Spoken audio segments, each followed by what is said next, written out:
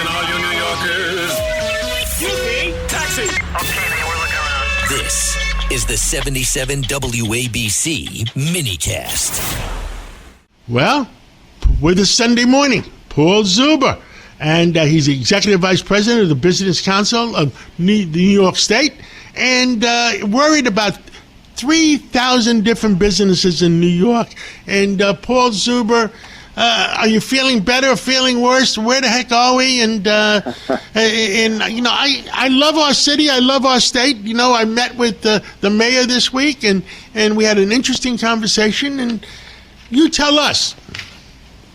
Well, you know, I think we're at budget time, so that's an interesting point of the season for the state. And I think, John, we're going to have another late budget. I think there's two issues that are really kind of slowing down the budget, and it's kind of baffling to me because, you know, let's lay the context. Affordability is the biggest issue in the United States, and every politician's talking about affordability. And to the governor's credit, she put on the table two things that will deal with affordability, and suddenly the legislature doesn't want to make any changes. So one of them being changes in regards to auto insurance. You know, kind of getting rid of this. You know, we're in such a litigious society in New York. Kind of getting rid of some of these, you know, frivolous lawsuits out of the process. Getting fraud out of the process, which will hopefully be like Florida and lower our insurance rates. But of course, you know, the legislature doesn't want to go against the trial lawyers. So, you know, we're stuck in a situation where, once again, we're about affordability, but when we come up with a proposal that's going to hurt a special interest group, we suddenly don't want to deal with affordability. And then, you know, the governor, as many of you guys know, has asked for changes to the climate law because rightfully she realizes that if she proceeds down the path as the law is currently written, everybody's costs are going to go up. And we actually have a website up called NewYorkersForAffordability.org. You can go on that website, and we have a calculator that will determine how much the climate law will cost you as a consumer or a business. And it will be astronomical. And when she lays it on the table with the legislature, their argument back is we don't need any changes, which is, again, we're sitting here where everybody is hurting across the country when it comes to affordability. And we have a situation where the governor and her agencies are telling everybody, you know, your gas prices are going to go up, your heating bills are going to go up if we continue to have this law the way it's currently written. And for some unknown reason, nobody wants to fix it. Paul Zuber, it's the most baffling thing.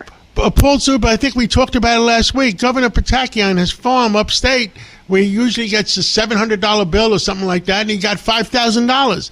My home electric bill in New York City, usually my bill is $800, $900, and it was like $2,000 or $3,000.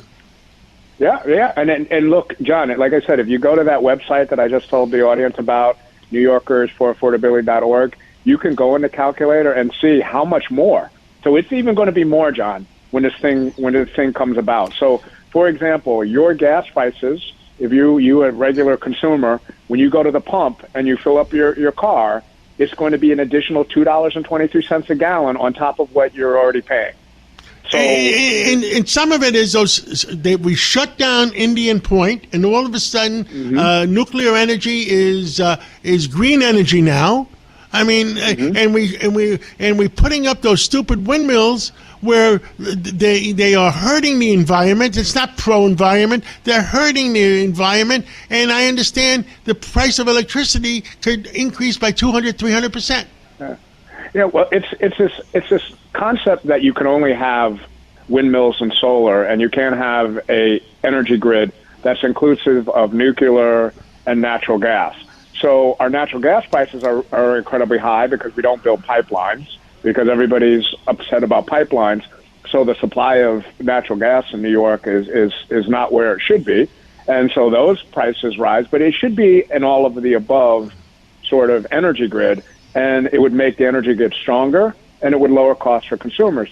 But again, the way this law is written and the way that we determine how you pay not get too complicated credits, it is so astronomical and is so beyond anything any other state is doing that people's costs are going to go through the roof. And I know the governor said she's going to hold firm on this in the budget, and I hope she does, because it is really going to hit people in the wallet if they don't make changes to this law. I agree with you. And, I met with Mayor Mondami on Wednesday, and I said to them, some of these climate laws are going to make it unfeasible to build in New York City where our real estate department is building, but we're limited to building only 99 apartments instead of the maximum we're allowed to. And the affordability factor doesn't make sense either. And, people, what we're doing? We spent $400 million already in Florida. We're going to spend another $500 now.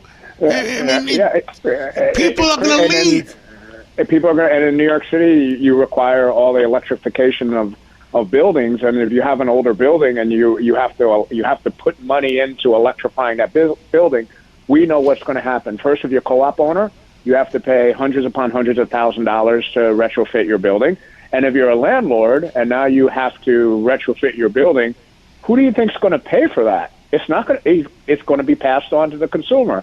And so again, look, some of these laws were done with the best of intention, right? We wanted to have a clean economy or a clean environment, but sometimes you have to understand that maybe we went a little too fast. So it's okay to fix things. But the path that we're going down, this path of, we're not going to change anything, well, it's elitist to me because we're forgetting about the everyday New Yorker who can't afford these increases. And it's hopefully they make the changes in the budget. We're supporting the governor. We're gonna keep pushing out messaging on this and make sure that people understand what it means. But it like you said, John, it's just going to drive people out of New York State if we continue down this path. That's what I'm worried about. I love New York, and I told that to the Mayor Mondami, and Governor Hochul knows that. I love New York, but, if you keep raising things, how can I live in New York if you're going to have an estate tax that's going to make my kids poor? Yeah.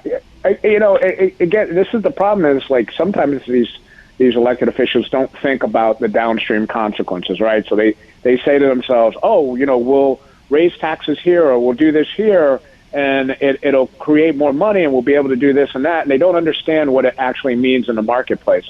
So, financial services sector is the biggest revenue, source for the city of New York and for the state. But if you keep doing these things and they keep moving the jobs to other states, it's not like J.P. Morgan is going to move their headquarters from New York. But what's going to happen is every time there are new jobs with some of these big companies, they're just going to put them in another state.